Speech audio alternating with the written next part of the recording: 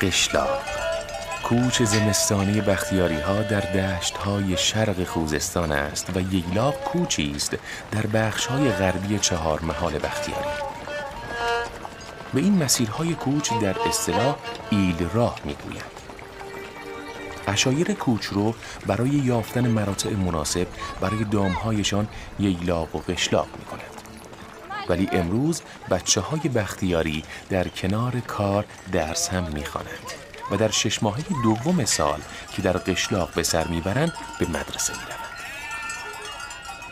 اغلب خانه‌ای در سردسیر و